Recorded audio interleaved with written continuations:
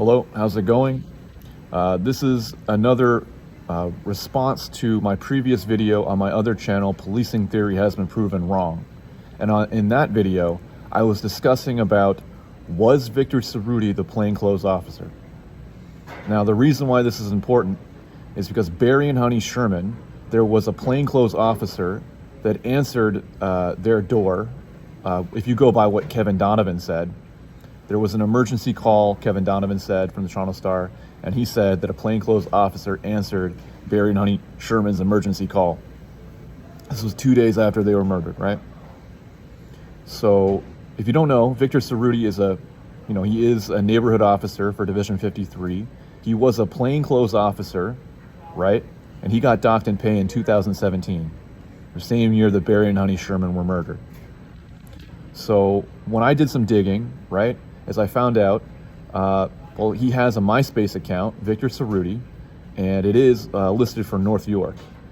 And if you go to Web Sleuths, there was a user named Cedars, right? Because Viktor Sarudi has a stump shop where he makes custom artwork and furniture out of cedar stumps.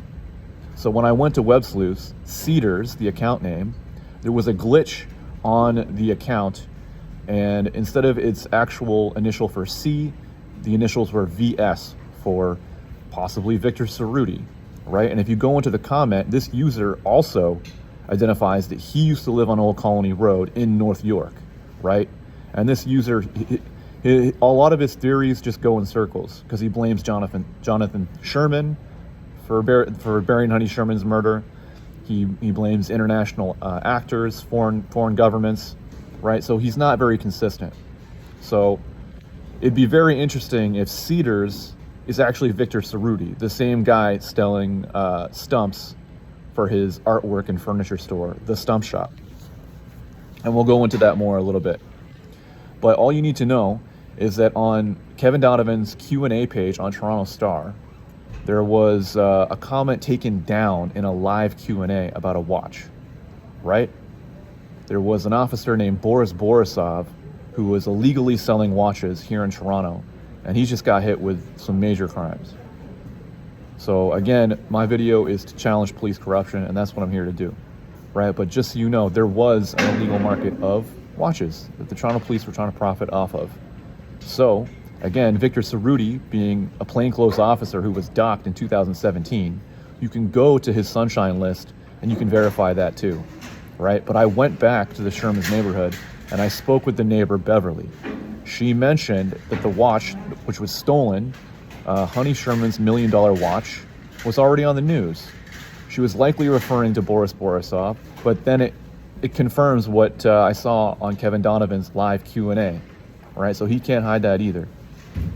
Kevin Donovan's trying to punk out of the story. No, we're not letting you. Sorry, Kevin. But again, right, let's look about Viktor Sarudi. Who is he? Right? He actually uploaded to Division 33's Twitter and Facebook page about how he was close to the case, as if he was some detective, when really he was just a neighborhood officer. They took this down. So if you go back into the timeline, you're going to find out that there's almost no Sherman content on a lot of their Twitter pages.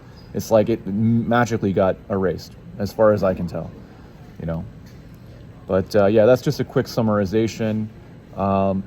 I want to know, did he sell the $1 million watch, right, for a legal resale to get a stump shop to then net $1 million business?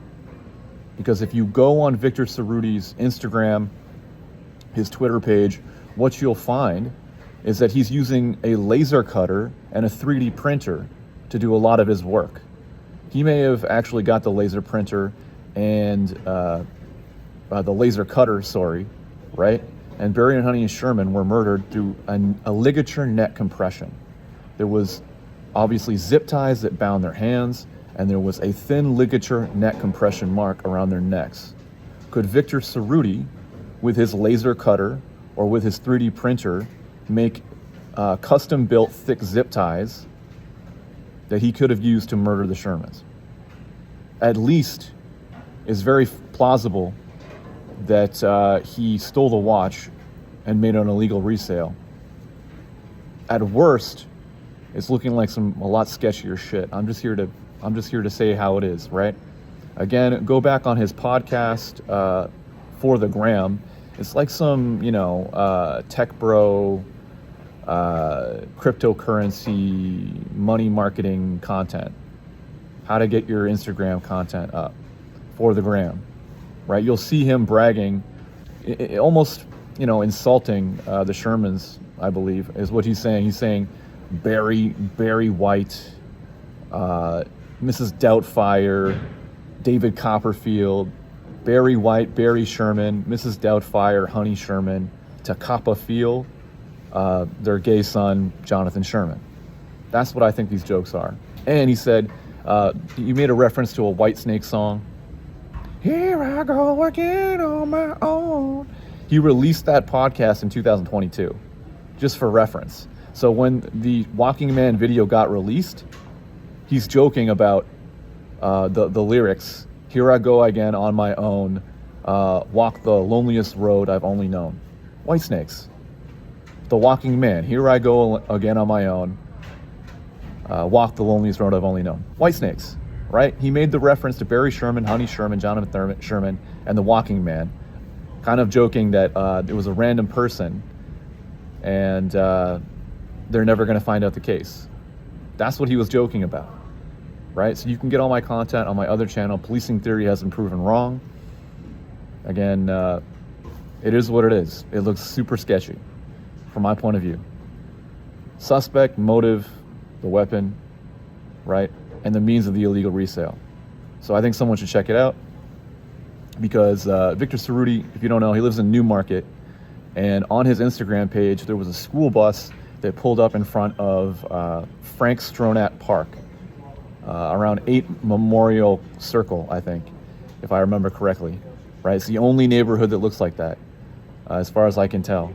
Right, there's a school bus that drops off his kid across from Frank Stronach Park. Right, and why is this important? Why is this important? Because when you look at the 2019 Google Images or Google Maps, you'll see that in that driveway, there's a Ford F-150, and there's also another black SUV. Is the black SUV the four-door sedan that Kevin Donovan was talking about, right? If you go on to Viktor Sarudi's Etsy or Amazon page, you'll see that he's selling antennas for a Ford F-150. And on his Instagram page, he's in front of a Chrysler, Dodge, Ram, whatever. I think it's called 7View is the dealership. So he's obscuring what kind of car he bought. I think the post says it's a Chrysler, but then again, he's selling the Ford F-150 antennas on his Amazon page. And guess what? In the video footage of where the school bus drops off his kid, in that driveway, there's a black Ford F-150 and a black SUV four-door sedan. So there you go. So that's what I want to know, right? Kevin Donovan said there was a four-door sedan, dark-colored vehicle that the plainclothes officer pulled up in the Sherman's driveway. Was Viktor Sarudi the plainclothes officer? Did Viktor Sarudi murder the Shermans? That's what we fucking want to know. We want to know if he used and created the zip ties with the laser cutter, and we want to know if he destroyed the evidence by just re-putting that plastic material into the laser cutter, probably smelting it down and getting rid of it later, or making it into something else. That's another possibility. We want to know, was Viktor Sarudi the plainclothes officer that answered the Sherman's door? Was he the person who killed the Shermans? Did he steal Honey Sherman's watch? That's what we want to know. Thank you so much and have a great day. My other channel is called Policing Theory Has Been Proven Wrong. Thank you so much, and thank you.